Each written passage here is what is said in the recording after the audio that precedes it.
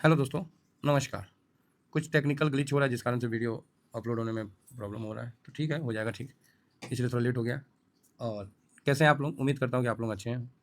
तो ये अपना टेलीग्राम है, तो टेलीग्राम को ज़रूर जॉइन कर लीजिए। जिसमें स्विंग है, शॉर्ट स्विंग है, ठीक है। स्विंग में अपन ड्यूरिंग मार्केट में जो होगा उस पर डिस्कस तो होना ही होना है। हो सकता है कोई मैं भी अपने तरफ से कुछ स्टेप लूँ, तो देखना पड़ेगा एज पर सिचुएशन। मैं भी स्टेप लूँगा कि क्या मार्केट का पोजीशन है, उस हिसाब से काम करेंगे भाई, सीधी बात है। तो ये चीज़ को ध्यान रख के काम करना है। बाकी ट्रम्प साहब ने चिप पे 100%, बाकी 25 और प्लस 25% ही बहुत ज़्यादा था। और 25 मतलब नहीं होगा, धंधा नहीं होगा यूएस से, बस बात खत्म। रसिया मतलब नेगोशिएशन करने के लिए उनकी भी टीम गई हुई है रसिया में, जहाँ रसिया से बात कर रहे हैं। तो भारत को मतलब दबाव बनाने, भारत को मतलब आड़े लेके रसिया पे दबाव बनाए, वो कोई नहीं चलता है भाई। मुसीबत में अगर भाग लें तो हम हिंदुस्तानी किस बात के? मुसीबत आया नहीं कि ले भाग लिए, फिर हिंदुस्तानी किस बात के? मुसीबत आया, उसको मुसीबत के अनुसार देख के उस मुसीबत का हल निकाल के टिके रहना ही हिंदुस्तानी का पहचान होता है, ठीक है।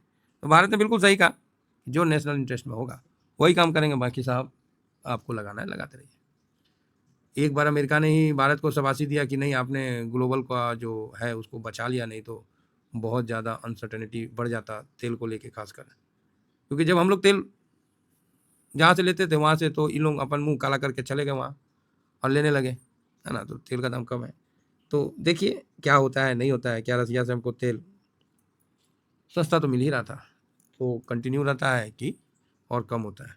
साथ में सुरक्षा के रिगार्डिंग S-400 का जो डील था वो थोड़ा सा डिले हुआ है। 5 आना था ना जी, तो 3 आया, 2 नहीं आया। तो अजीत डोभाल साहब उसके लिए भी गए कि भाई चलो दे दो, और भी जो डिस्कशन करना है वो करेंगे। ये सब चल रहा है। अब सीधा मार्केट पे आते हैं। तो मार्केट पे क्या इम्पैक्ट पड़ेगा? मार्केट पे क्या इम्पैक्ट पड़ेगा? मार्केट 574 पे कल बंद हुआ है। गिफ्ट निफ्टी अभी बता रही है कि ये भाई साहब 571 पे है। जो डाटा का जो पोजीशन बना हुआ है उस बेस पे मैंने आपको ये बोला ना कि मार्केट नीचे जाएगा ना तो बाउंस बैक करके ऊपर आएगा, या तो आप इसको ऊपर खोल लो बाद में नीचे जाए। तो क्लियर है, दो पक्ष में काम होगा। और ये पैनिक का सही समय आपको लग रहा होगा, ठीक है। कभी भी मार्केट आपको पैसा लगाने आराम से तो नहीं देगा। जब आराम से लगेगा कि नहीं अब पैसा लगाते हैं बन जाएगा, उसके बाद ही गिरावट स्टार्ट होता है। तो पैसा लगाने और पैसा मार्केट में इन्वेस्ट करने का ये सब अच्छा समय होता है जब चारों साइड में पैनिक हो, आपको खुद का पैसा मार्केट में डालने से डर लगे। समझ जाइए वो टाइम बिल्कुल सही है मार्केट में इन्वेस्ट करने का। कोई भी हमारे साथी हो, कोई भी व्यक्ति हो, जब भी आपको मार्केट में पैसा डालने में डर लग रहा है, समझ जाइए कि वो सही समय है मार्केट में पैसा इन्वेस्ट करने का।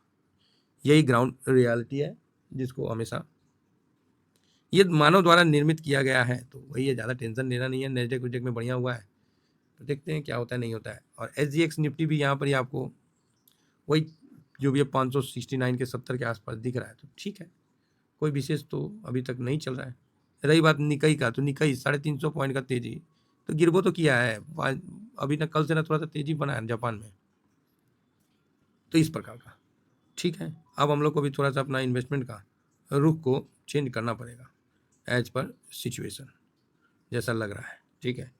तो फिलहाल यूएस ने हमें पहले अपने पास बुलाया, अब किसी और का खीस जो है हम पे निकाल रहा है।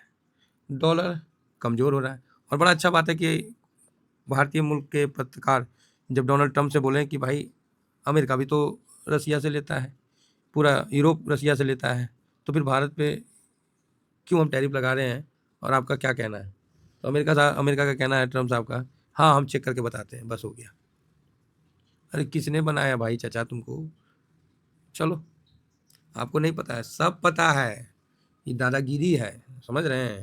ये मस्तानगिरी है, इसको बोलते हैं दादागिरी करना, सबको पता है। तो भाई दादागिरी ऐसी होता है कि मजबूत आदमी अगर कमज़ोर को दबाना चाहे ना तो ऐसी दबाता है। और ऐसे भी आपको पता ही है कि यूरोपियन जो है अपने आप को सर्वश्रेष्ठ मानते हैं, ठीक है। उनको पसंद नहीं है कि एशिया वाले कैसे डेवलप हो रहे हैं।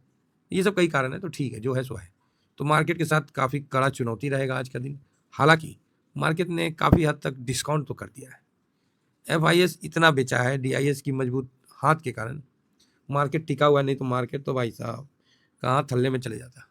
ठीक है, तो ये चीज़ आप समझ के रखिए।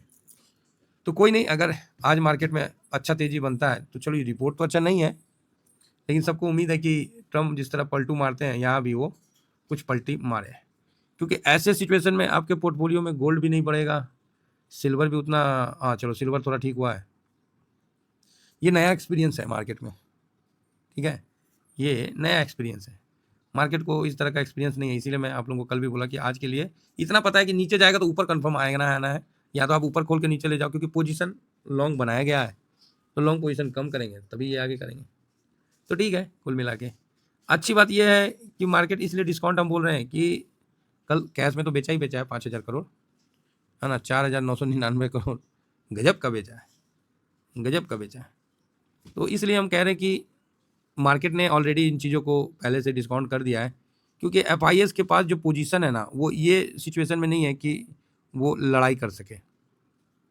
8.58 का पोजीशन में वो क्या कर लेगा, ज़्यादा 1,000 पॉइंट गिरा लो बस, इससे ज़्यादा क्या, है ये नहीं है पोजीशन। DIS 68.39 है, तो आज देखना है क्या DIS इक्वाली करता है कि क्या करता है।